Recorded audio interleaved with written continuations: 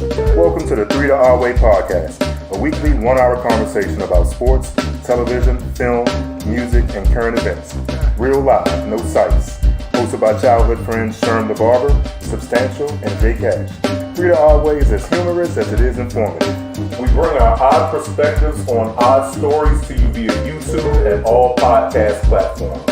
Our weekly show is pre-recorded, but you can catch us live on the first Sunday of every month. Be sure to like and subscribe so you don't miss an episode. Now let's get to it.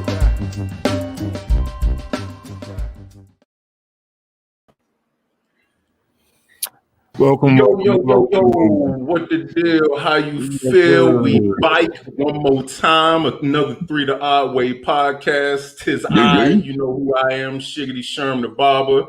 We got my man Cash and brother Substantial here.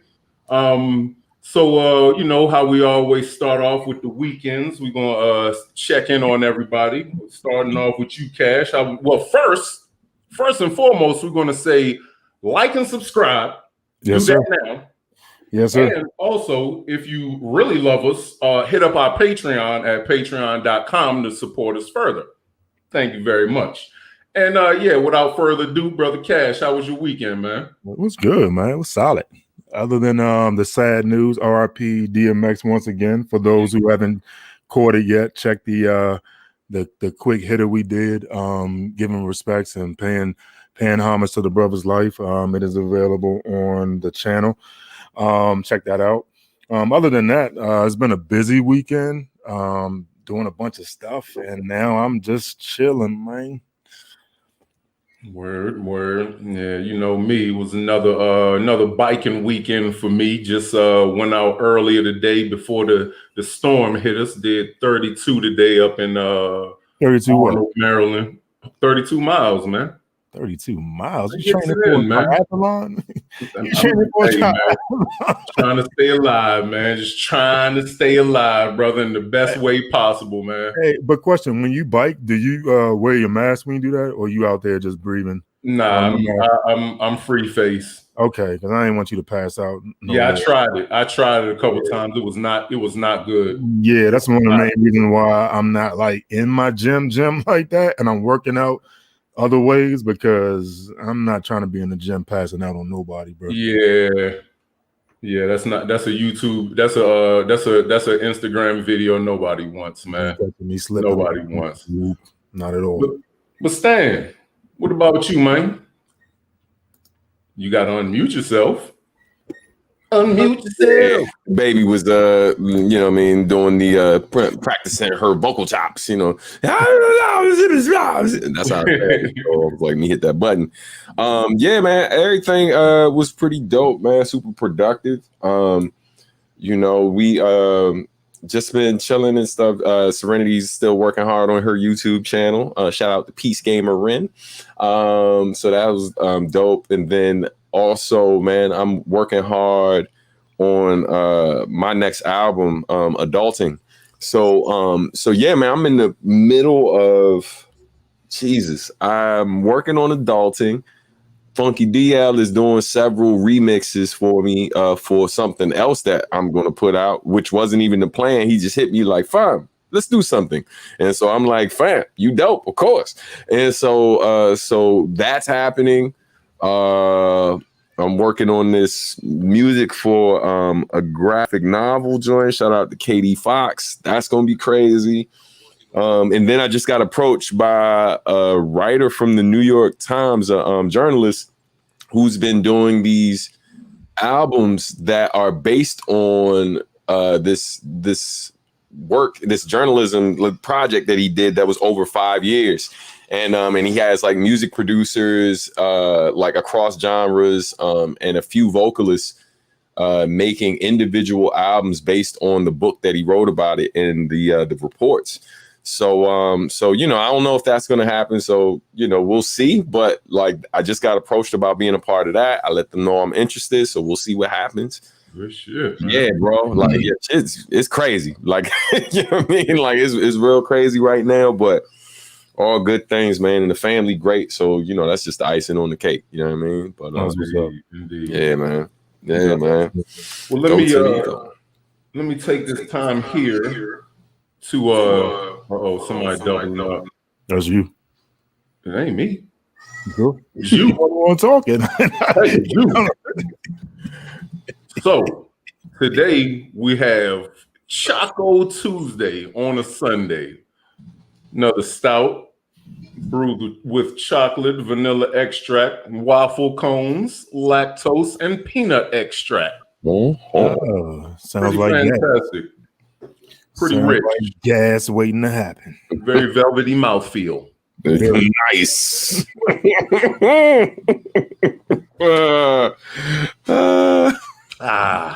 shit does not get old to me. I'm sorry. I'm a child. I'm a grown ass child.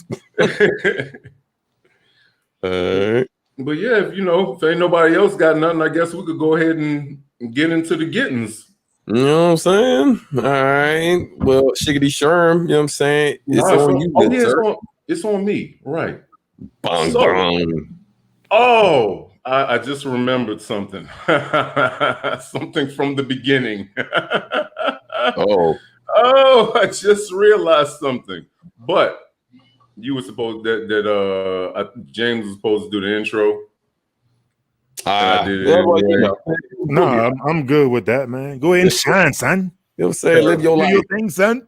You know what I'm saying? It just hit me, so of course it just brain farted me. But yeah, so this week we got some music reviews, we got some TV. First off, we got Cantrell.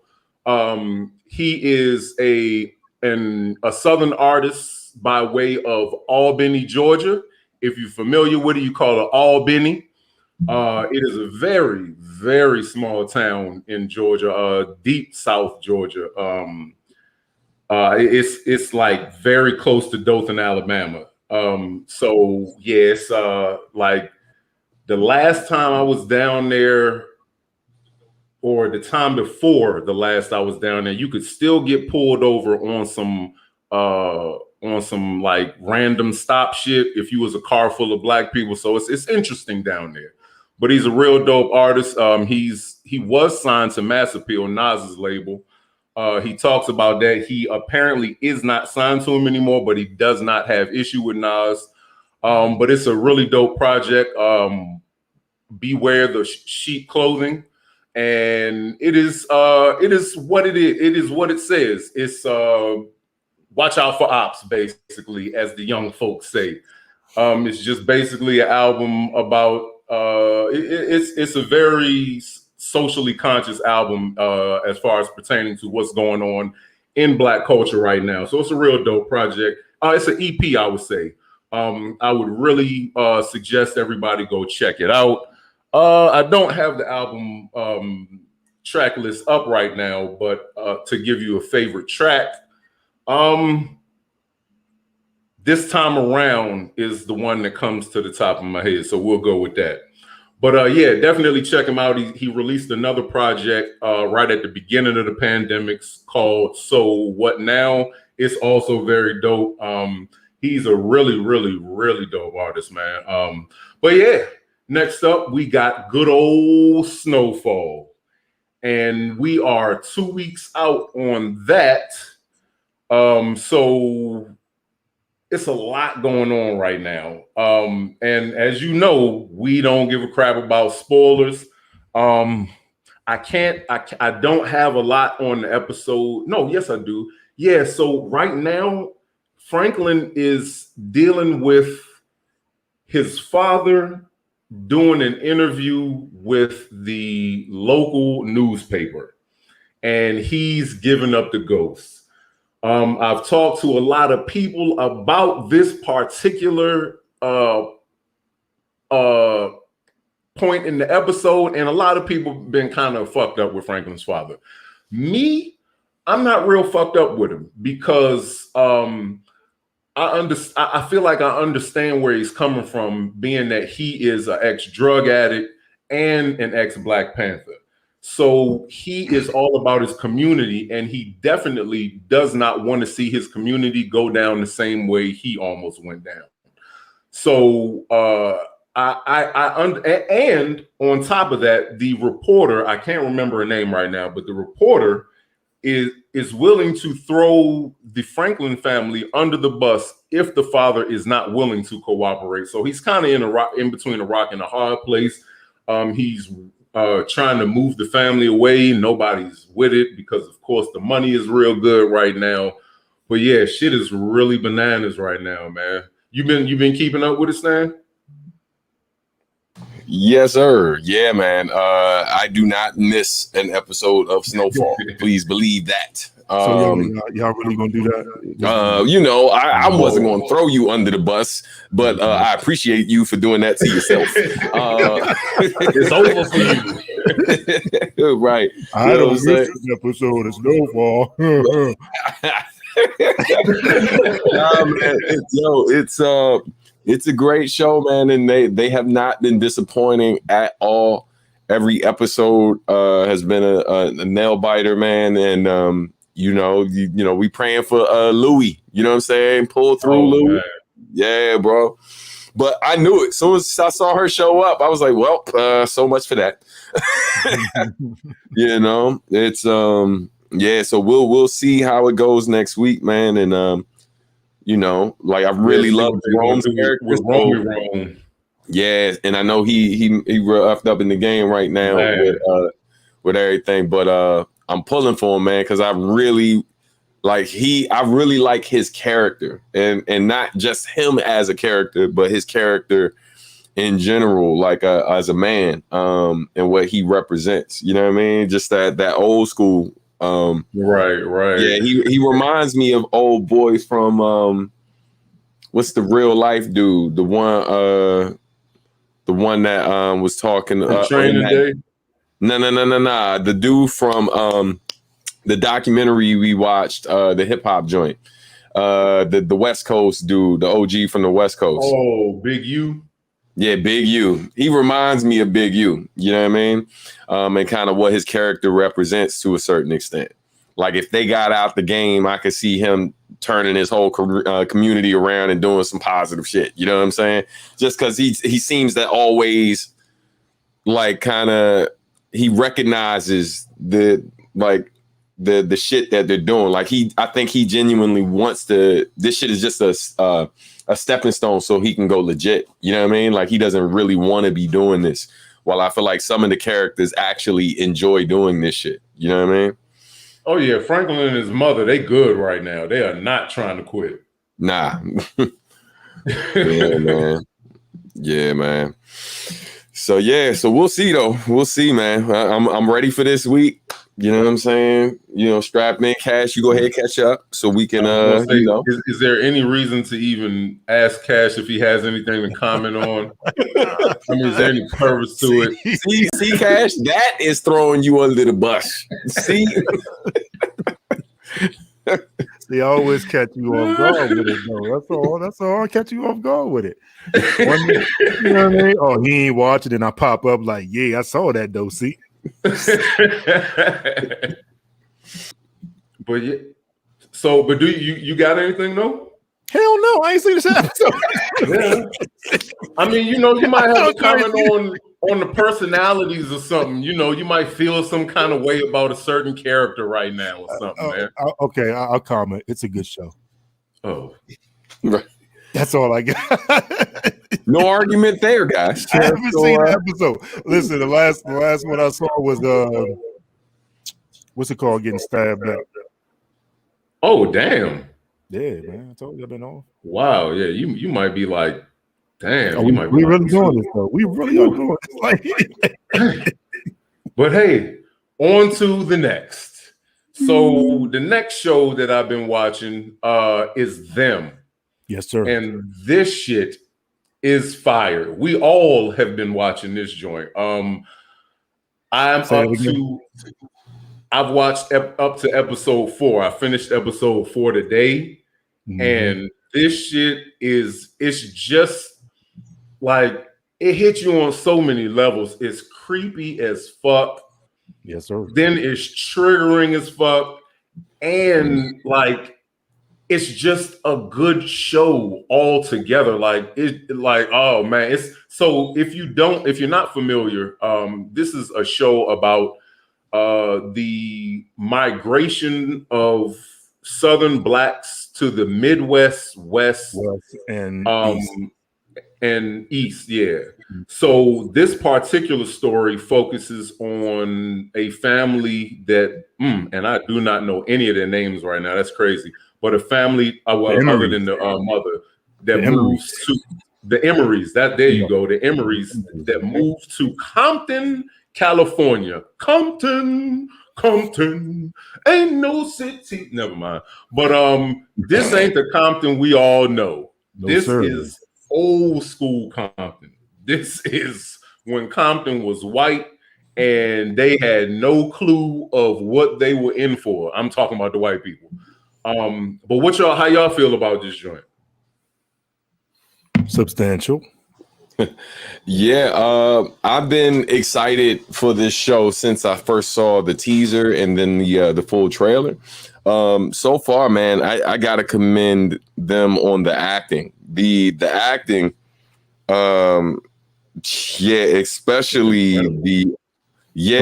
especially Lucky's character, Lucky Emery, that's the mother, played by Deborah Ayorinde, I think how you say her last name. Man, she is an amazing actress, man. And just the level of, because she's given us like being terrified. She's given us, being still trying to be warm, like with her children, and then like being tough when she need to be. Like, dog, like we're just seeing the full spectrum from her as an actress. So it's just really, really dope to see.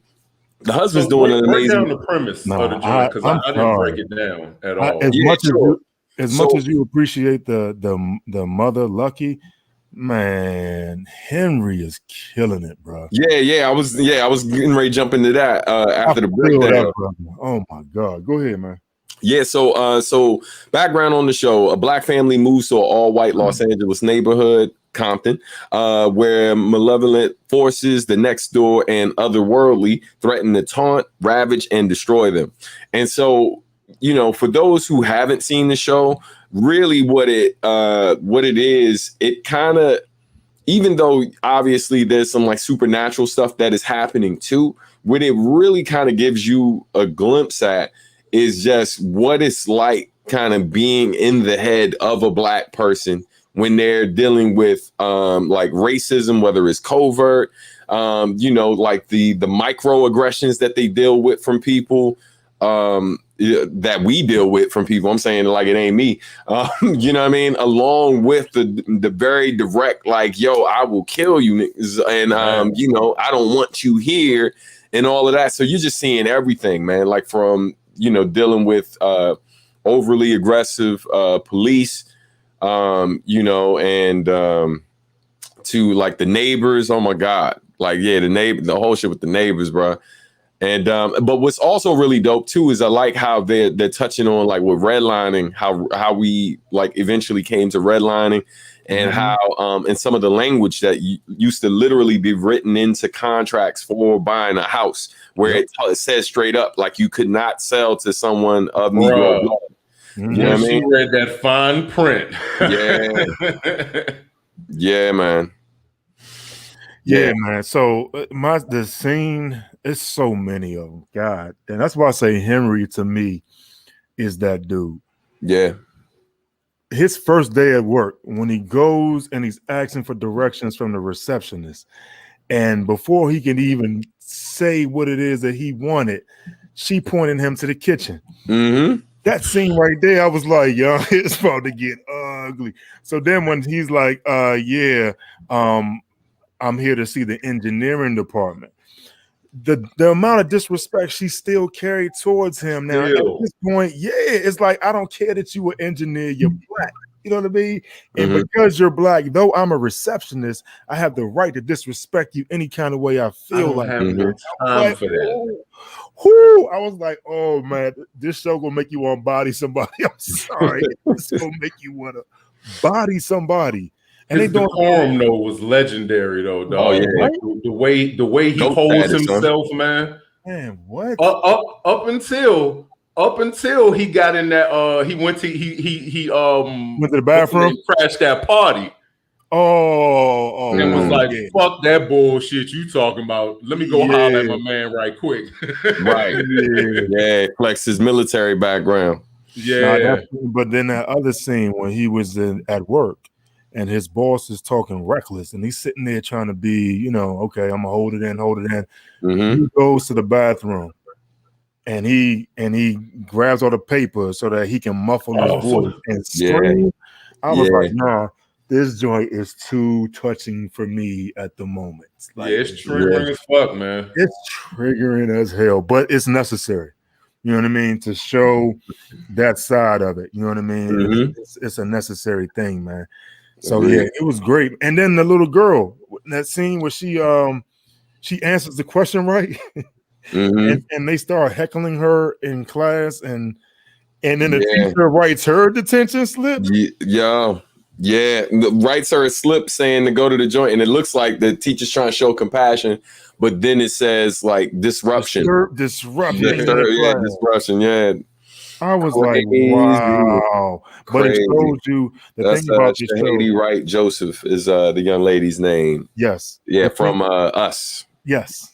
The thing that makes that so significant is because, and this is what I was telling Jalen Jordan when we was watching. I said, you know what? I said, even the ones that are doing wrong, they had a problem with correcting at the time. And I said, so when you start hearing stuff like, there's some good cops out there, and the question is always, well, why aren't the good cops policing the bad cops? Mm-hmm. This is the cycle that you get. They would rather make you the problem because it's easier to get rid of you than it is to deal with person acting unruly and acting in a certain way. So it's deep, it's triggering. It's right now bumped this way up to a must watch, and very high on my list of things to keep in rotation, man. Yeah, man. I'm excited to see where it goes. I'm really hoping with the momentum it has, I'm anxious to see like where the journey takes us, right? Yeah. Yeah, man. Yeah, it's a lot happening. But definitely I recommend anyone who hasn't checked it out, make sure you check it out. Is it triggering? Yes. Will it probably piss you the hell off? Yes. Are there plenty of people online that are saying, there's plenty of negative criticism about it too. But one thing I will say about this show and other shows like it and what they've been doing lately, right? Because even though it's a fictional show, it deals with like real issues, and some of the things that they're dealing with in the show actually happen in our country. And so what these shows are great for, like I think when Watchmen came out, and it started with Tulsa and Black Wall Street and what happened there were like millions of people like around the world who had no idea that happened. And people didn't bother. A lot of those people didn't bother to research it until they saw it in Watchmen. You see what I'm saying? So, like people who don't understand. Say again. That's crazy to me. It's not, because there are people in the city that didn't even know that happened in the city. That's just like when I go to Japan, when I visited Hiroshima. There are people who live in Hiroshima who don't know what happened to Hiroshima, because when you go to Hiroshima, look like any other city like that I've gone to in that country. So unless like you've been like taught thoroughly like what happened in the place that you're in, or are around adults bare minimum that remember or know what happened and then tell you what happened, like it's easy. Look, ignorance is far easier. You know what I mean? That's about what I mean. It's crazy. Yeah, because that's one of the instances that don't get talked about enough and often get hidden in American history. We have a very big track record of hiding our shame in this country. Because if we don't, you know what happens? Like if we don't hide it, right? If folks do not hide like all of these atrocities that happen, then that means that someone is going to have to be held accountable. right? And so they sweep it under the rug, and then it stays under the rug long enough that once folks finally get to the point where there's enough momentum to hold people accountable, then it becomes the issue of who do we hold accountable? Because most of the motherfuckers responsible are dead, right? And so then it's gonna fall on the government. Like it's gonna like the cities or whatever are gonna be responsible, because when we talk about reparations, which a lot of people don't want to talk about, shout out to Kevin Early, because we were on a call earlier today with the homie Ron and Julian talking about reparations. People don't want to have the conversation, and it's like they're trying to keep putting off these things, because reparations simply, like the core word in it is to repair, right? So, but in order to repair anything that's been done, you have to first recognize that it's been broken. And I mean, look, in a smaller situation, which isn't small to most people in the world, we talked about Biggie on the show and did a brief hot take talking about his passing and the anniversary of it. But like, I mean, look at Biggie's death and what in LA. Right, like the fact that police officers were involved, or at least had some connection to what happened that night, and the fact that they were on duty, is largely a major reason why that case is swept under. Like, they try to sweep certain things under the rug because the city could be held accountable, which means that if the family's able to sue the city, they could potentially bankrupt the city of Los Angeles. You see what I'm saying? So like, folks are scared to death of that type of shit happening. Right. And so they'd rather just act like this shit didn't happen and then make people look crazy when they bring it up. You know what I mean? It becomes the urban legend. It almost becomes the urban legend. Right. It's crazy. It's crazy. So everybody, when you get a chance, check this joint out. But Jaime, it's on you for the sports update for the week. Who the fuck is Jaime? Oh, that's me. Jaime. Are you Spanish now? Spanish for James. Hey. All right. So I'm gonna cover some things that happened not so much recently, but recently enough. Last week. Let's see where I want to start. Major League Baseball. We'll start there. Major League Baseball has pulled the All-Star Game from the city of Atlanta. It was supposed to be held there this season. It's a very lucrative event for a lot of the businesses around there. It's very good for the city as a whole whenever there's an All-Star Game in your city. I know you put up with the craziness of the people coming and visiting and everything, and how streets are always, Atlanta's traffic's always trash anyway, just like our traffic here. But it brings a lot of money to the city. Baseball has decided to pull the All-Star Game from Atlanta because of their Atlanta's recent voter registration and voter suppression that's been going on. And in a statement from baseball, the commissioner of baseball said, over the last week, we have engaged in thoughtful conversation with clubs, former and current players, the Players Association, and the Players Alliance, among others, to listen to their views. I have decided that the best way to demonstrate our values as a sport is by relocating this year's All-Star Game and MLB Draft. Major League Baseball fundamentally supports voting rights for all Americans and opposes restrictions to the ballot box. In 2020, Major League Baseball became the first professional sports league to join the Nonpartisan Civic Alliance to help build a future in which everyone participates in shaping the United States. We proudly use our platform to encourage baseball and communities throughout our country to perform their civic duty and actively participate in the voting process. Fair access to voting continues to have our game's unwavering support. We will continue with our plans to celebrate the memory of Hank Aaron during the season's All-Star festivities. In addition, Major League Baseball's planned investments to support local communities in Atlanta as part of our All-Star Legacy projects will move forward.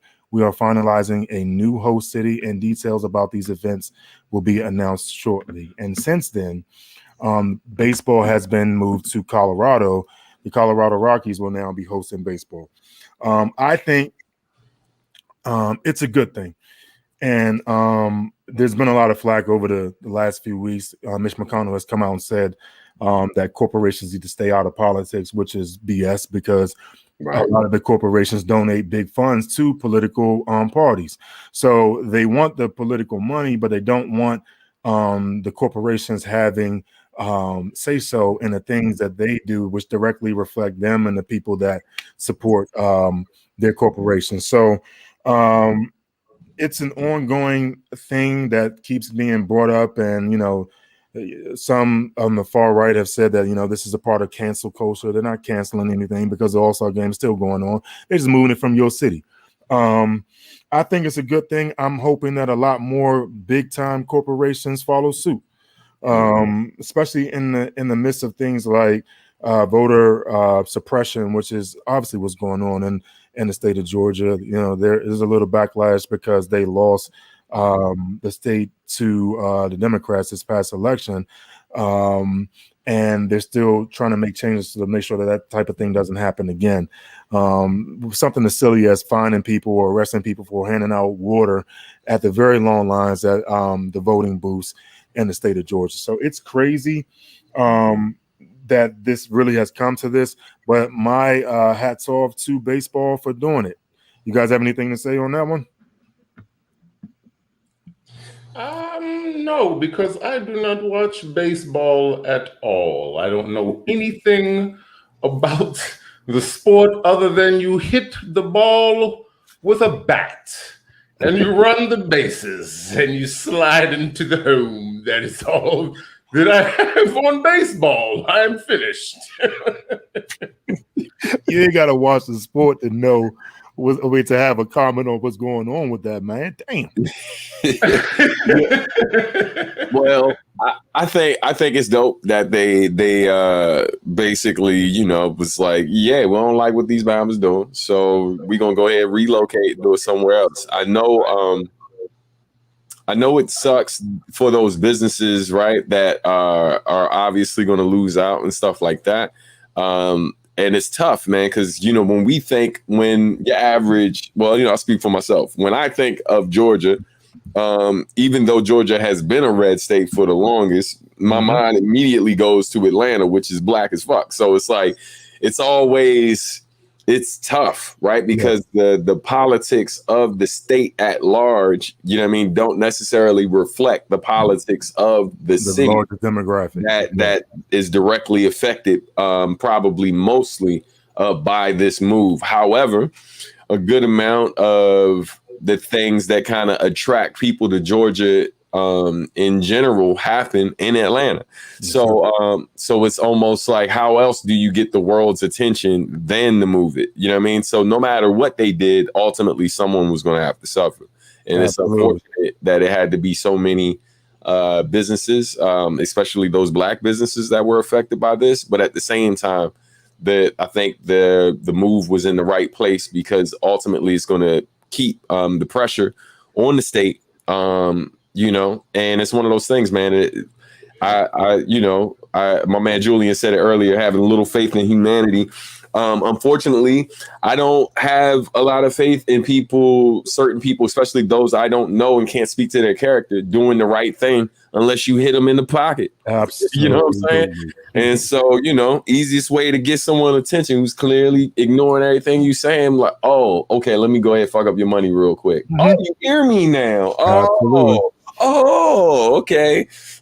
In a capitalistic society, the only way you're going to affect change is to affect the capital, and that's the money. So, and I agree with you too.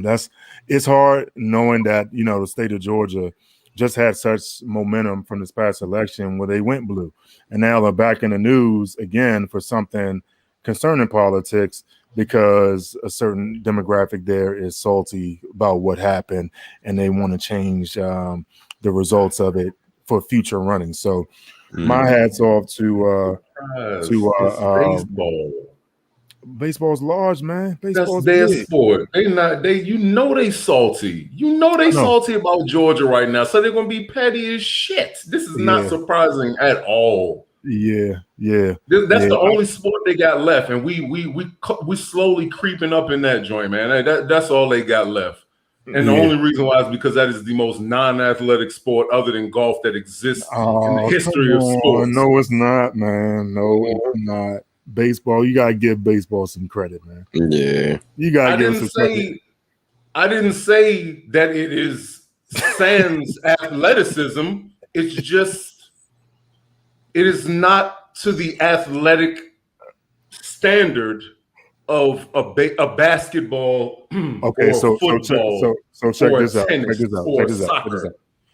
I gotta visit the new Yankee Stadium. So what we're gonna do once some of this COVID stuff clears out, we're gonna get tickets. We're gonna have a day trip or weekend trip. We're gonna go to a baseball game. I'm with that. You're going I thoroughly enjoy going to baseball games. Yeah, because I'm telling you, it's one of my favorite sporting events to go to. Yeah. We're gonna get you in the atmosphere of it until you learn how to appreciate baseball. Game. You have I went to one of the first few Nationals games. I went to sleep. That don't count. That don't count. No. You need a New York. You need that experience, bro. You need that Yankee experience. Yeah, I feel like I enjoy basketball more on TV than I do going to games, and then I enjoy baseball more in person than being at the stadium than I do watch it on TV. I definitely appreciate baseball. I definitely appreciate baseball. I'm not everybody. I'm me. I don't give a fuck with everybody.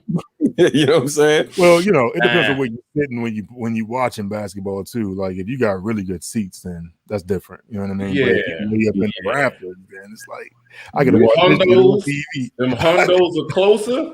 Amazing.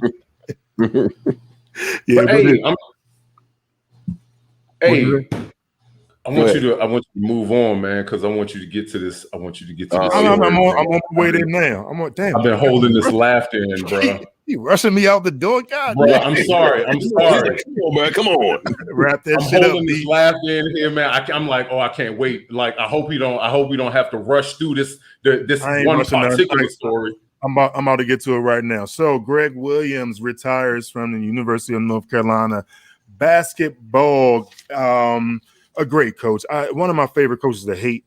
And I say that because he, when Maryland Terps were in the ACC, he used to give us fits, you know what I mean? So one of my favorite coaches to hate on was Greg Williams, but it was a thing of respect. He retired from UNC after coaching 18 seasons there and previously 15 seasons at the University of Kansas. He won 3 national championships, has a total of 903 wins. Yes, he was elected to the Basketball Hall of Fame on April 1st, actually 2007. So you think about it, he'd been in it. You know what I mean? He's the only coach to win 400 plus games with 2 different schools, 418 with Kansas, 485 with North Carolina Tar Heels. That man deserves all the credit that he has. That is a very impressive career, a very impressive resume. He was there under Dean Smith, you know what I mean? And for those that didn't know, Dean Smith was Michael Jordan's coach, James Worthy's coach. A lot of legends came through the University of North Carolina. Roy Williams, I think most notable player that he coached was in Kansas. It was Paul Pierce. I can't think of anybody above Paul Pierce that he coached. So I'm going to say he was the most, highly recognized player that he coached. So hats off to Roy Williams on a fabulous career. Great to see him through all these years, and I'm happy that he's going to be able to enjoy retirement. Now, since he has retired, the guy to the right in the picture that you see is Hubert Davis, former North Carolina guard, also drafted to the Knicks. Was an assistant for UNC for a very long time.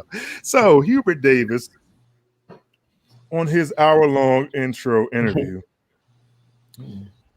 we're going to get to the good part of it, was asked basically about being the first African-American head coach at University of North Carolina.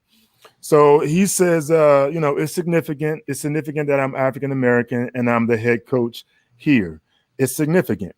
Then he goes on and adds, I know that in terms of Division I head coaches all around the country, the only 26% of the head coaches are compromised by minorities, specifically African Americans. I know that it's significant that I'm 4th African American head coach in any sport in the history of North Carolina. I'm very proud to be African American, but I'm also very proud that my wife is white and I'm very proud that the 3 beautiful, unbelievable kids are a combination of both of us. What the fuck? Oh my God. Oh man. What? Hold my breath. Oh my God. Man, so I the first time I heard that, I had to ask myself, like, what was his intent with bringing that up? It's almost like he was saying, "Hey, I have to show you that I'm not one of those guys," and that's the part when I'm like, "Oh, Here's my wife." ruined the whole thing when you said." And now, don't get me wrong, it's nothing wrong. I to each his own. Love finds you sometimes in mysterious colors. You know what I mean? And love is love. I'm not saying nothing about interracial relationships. I'm not saying nothing about that. But bruh, did you really have to make sure that everybody knew I'm proud that my wife is white? What in the fuck? Yo, you ridiculous. Yo, you basically you started that out of somebody else's ass. That wasn't even out of his own ass. That was someone else's. Oh man. I feel like somebody was in his ear, like, and had to, I feel like even me saying that is just kind of trying to make an excuse for this dude's idiotic comment. Like, maybe someone said something to him before, just kind of threw him off his game, and then he bring his shit into it. He had his tap shoes on, man. He had his tap shoes on, bro. Yeah. He had his tap shoes on under that podium with a shiny 4-gram pair of tap shoes, man. Straight up. Davis his way all through that month. God, I was like, bro. For everybody out there, right? I mean, unless I've said something publicly that makes you think I'm not proud of the person I'm married, we're all assuming that I'm proud of being married to the person I'm married. Right, like that. I had kids with that person, so that would probably mean that I love those kids and love that person enough to have kids with them. So I don't have to kind of publicly let you all know unless I'm probably made to feel some way by no way. And to keep it a buck, I know plenty of couples and stuff, interracial couples, and the stress that a lot of them deal with. You know what I mean? Like for being with someone from another race, like it's crazy. You know what I mean? I've had conversations with the homies, and they just kind of let me know what they go through, like, and it's rough. And so I could see why, like, certain folks definitely got the chip on their shoulder, but I really feel like that nigga had his tap shoes on, as Sherm said, and he did all the way right onto a landmine. He might as well ended that joint with shaboing boing, man. He was Sandy Davis tap that out that. Oh man, he a clown. He a whole clown for that. He a whole clown for that. Oh man.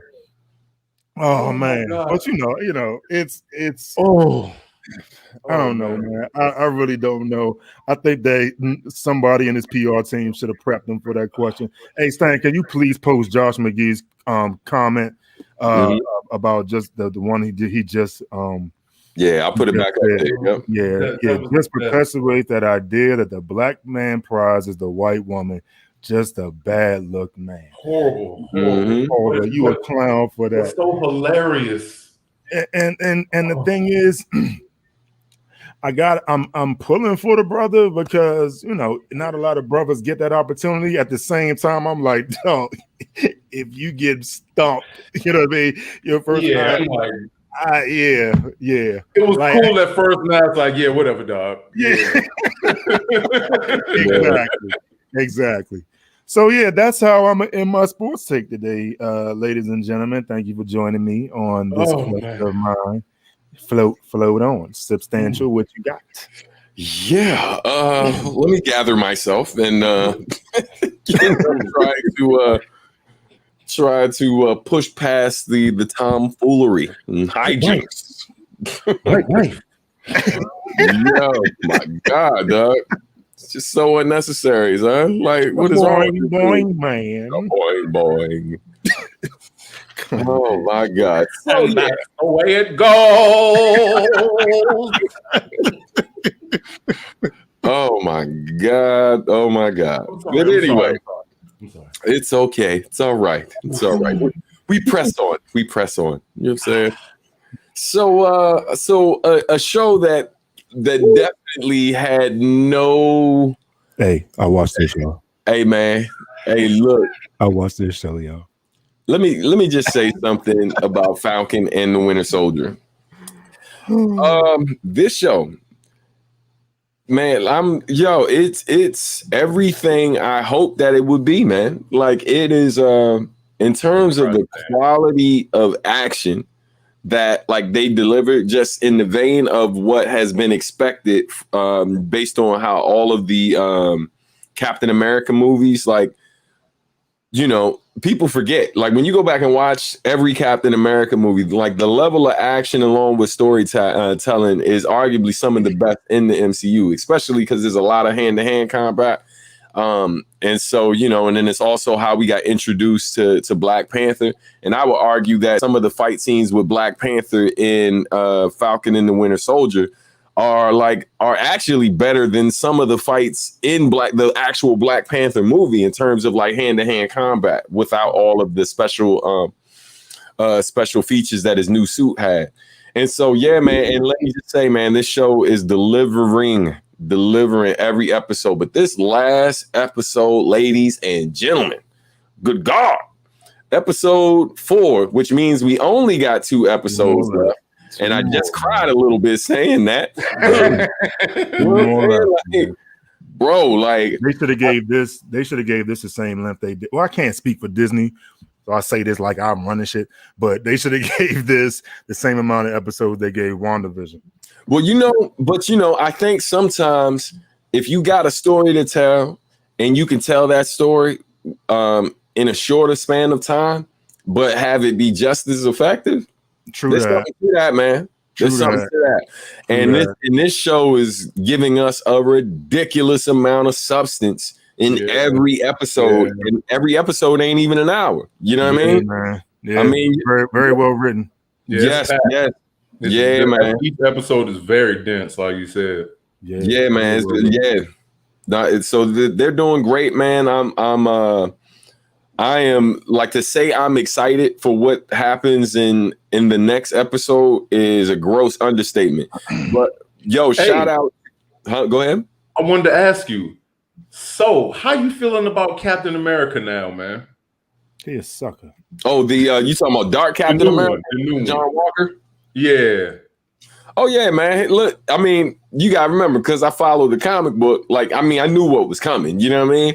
And so, yeah, I mean, he's had a chip on his shoulder before he even donned the outfit. You know what I mean? Like that whole question in his worthiness and stuff, whether he was ready to carry that mantle, but in a different way, right? Like then Falcon, then Sam Wilson's character. Sam is feeling like, this is, I mean, he's dealing with the fact that, like, he was actually close to the person who was Captain America. Mm-hmm. And everything that made Steve Rogers' character who he was, while he may have some of that, he holds Steve in very high regard. So he doesn't want to be out here trying to be him.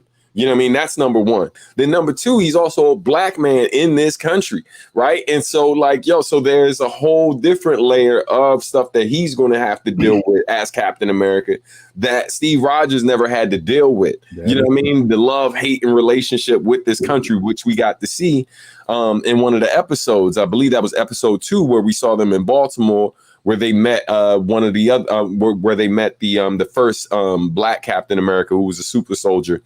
Who whooped Bucky's ass in South Korea. I just wanted to point that out because he's the reason why, part of the whole arm and shit situation.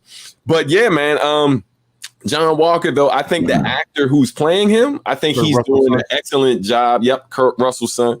And I was joking with the fellas earlier. There's a part of me that wishes like if there was like a Deadpool moment in the show, like when John Walker got his ass handed to him by the Dora Milaje, when they basically was like whipping his ass. I wish Deadpool just popped in the screen, right? Like, it's like, come on, I'm pretty sure your dad wouldn't have got his ass handed to him like that. You know what I'm saying? Something, because, Kurt Russell was a legendary action star. So, it's like, dude.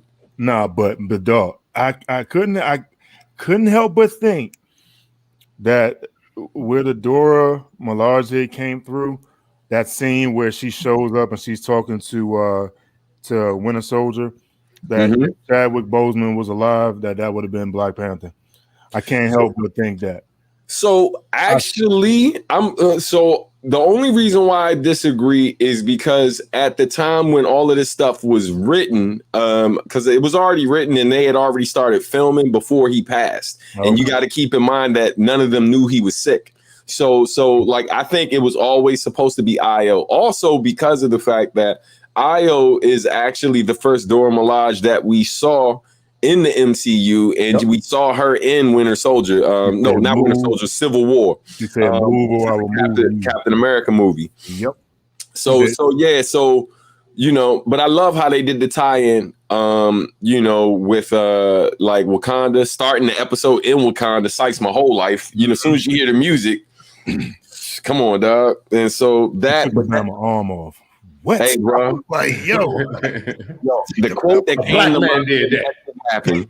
Look, the quote was, what can be given can be taken away. Absolutely.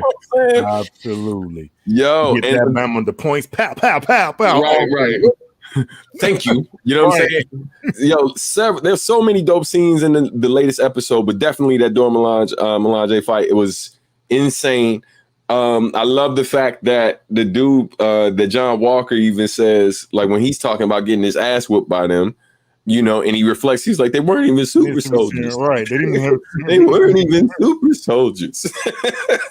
But the funny thing is, a super soldier was in the room and they made light work of him too. Yeah.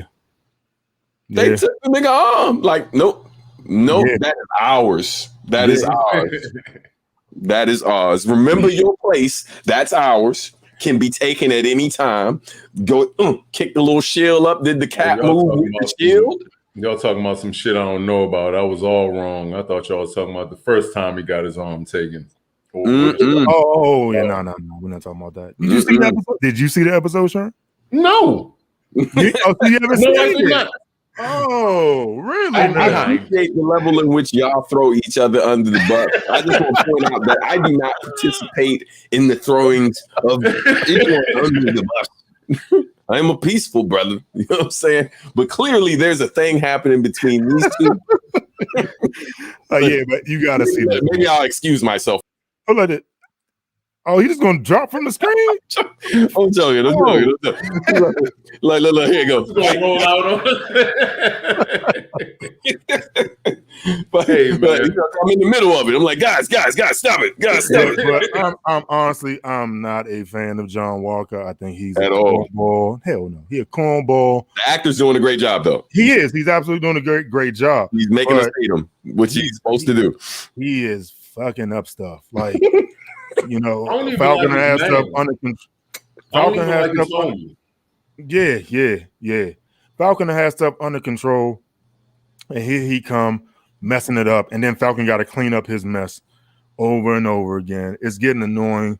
That end scene, though, man, you cannot get more symbolic than that.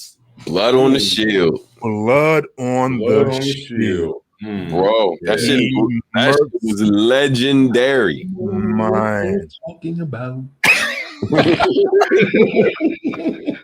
Okay. So because it's a spoiler for you and we don't give a fuck. I don't care, man. Okay. So John he eventually takes the serum. He finds one vial left. Zemo destroys the rest of them. He finds one vial left. After he gets his ass whooped by the Dora.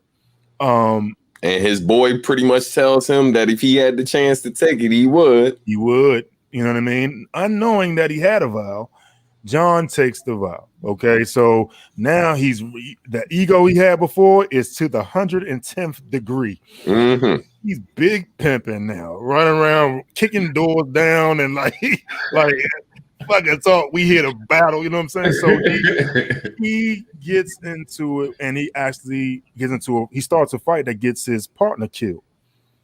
So his partner gets killed. So now know he didn't win ape shit. So now he chases down the guys that they're fighting.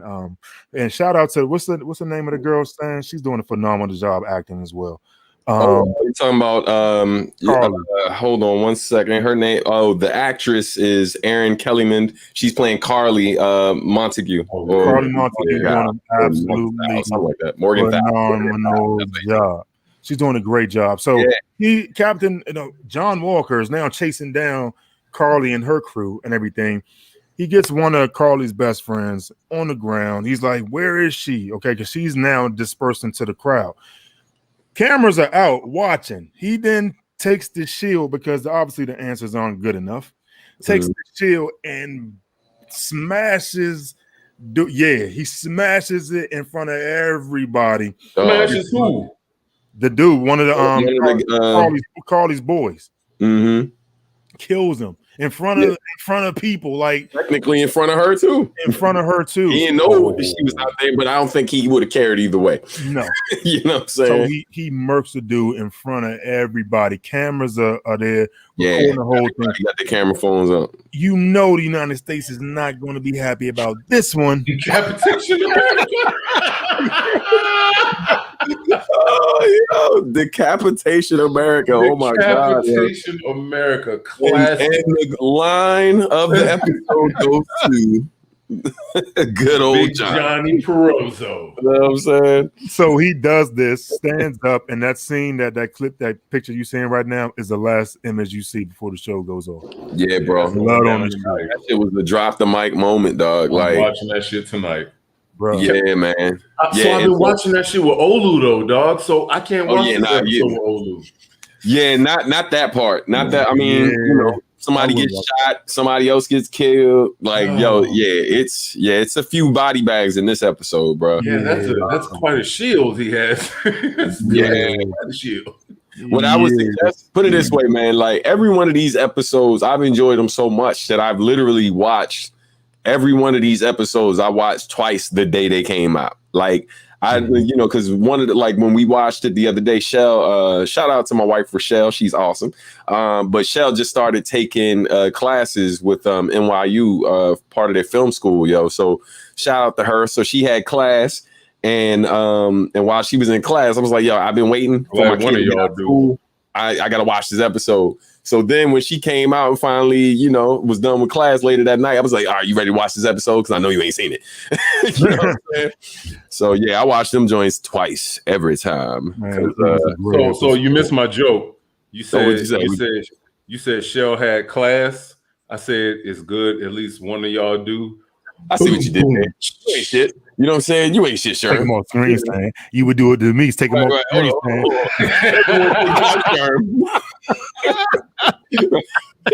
And now he is at the bottom. You know what I'm saying? Oh man! But listen to the podcast because y'all can't see what's happening. You know what I'm saying? See the hateration going on. You know what I'm saying? I'm over here removing people from the screen and such. I've removed myself twice. I'm in the basement now.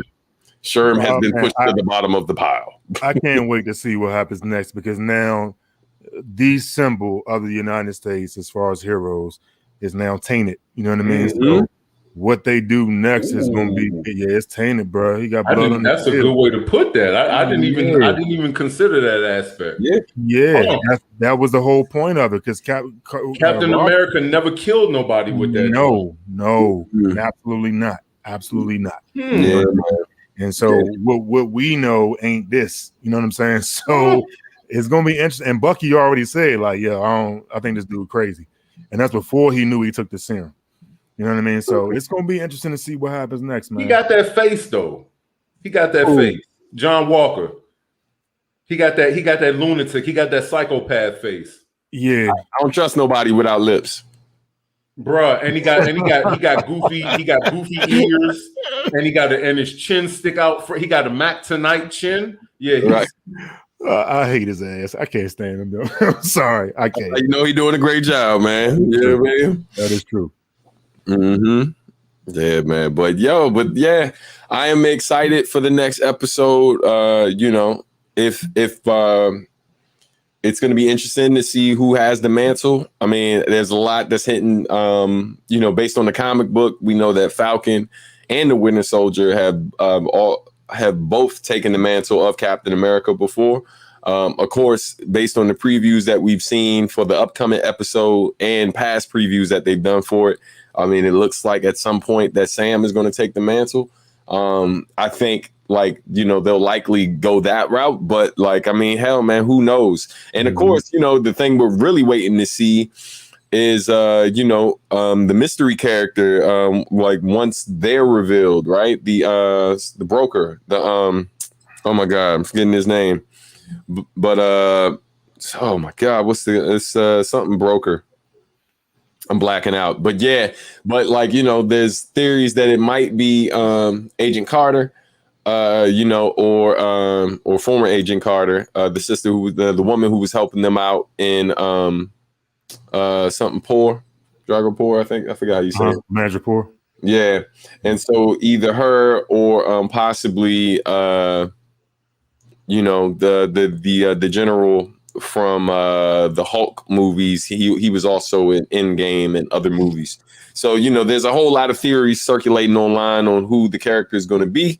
But the power broker. Thank you, Johnny. I'm slipping. I have my notes in front of me. You know what I'm saying? I appreciate you, Johnny. That's why that's why you hold the mighty wrench, good sir.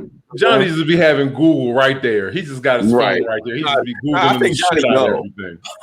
I think Johnny is, you know, like I'm kind of like part-time nerd status, right? I'm full-blown nerd amongst you two, right? But amongst people like Johnny, my nerd card ain't got all this. You know what I'm saying? So Johnny just come through like, and then look, General Ross, thank you, Johnny, appreciate it. So he's like the teleprompter.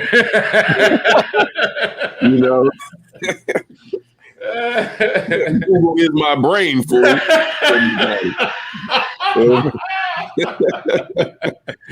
Johnny is back. Yes, he is, man. It's good to have you back. But unfortunately, man, it's that time and we gotta get ready to dip. Tonight was definitely a fun show per usual. Always a good time with hanging out with y'all. But yeah, man, I'd be remiss if I didn't watch the episode, Sherm. White wife. Yeah. But one last time, just another RIP DMX shout out. If y'all have not seen it already, we posted a video super late last night in honor of DMX, where we had some conversation around. The brother talked about like our favorite films with DMX in it. We talked about our favorite albums from DMX, also our favorite songs from him. And you know, definitely another rest in peace shout out to him. Yes, and condolences prayers up for Black Rob too. Yeah, definitely. Send some prayers up for Black Rob. Yeah, I ain't know nothing about all them heart attacks he had. So he ain't in good shape right now either. Not at all. But yeah, man. But thank y'all so much for watching. We appreciate all of y'all. Make sure that if you haven't subscribed to the channel yet, that you please do so. Subscribe. All right, and please hit that like button as well. And if you haven't signed up over at Patreon and just want to kind of contribute to us doing this week in and week out, please do so. Patreon that shit. Yeah, patreon.com/3 the odd way. Please and thank you. But until next time, ladies and gentlemen, we're gonna get ready to dip. And one last time, prayers up for Black Rob. All right. But yeah, man, y'all have a blessed one, and we will catch y'all next week. We'll be all the way live again. Yes, sir. Everybody be safe. Yes. All right, y'all. Peace.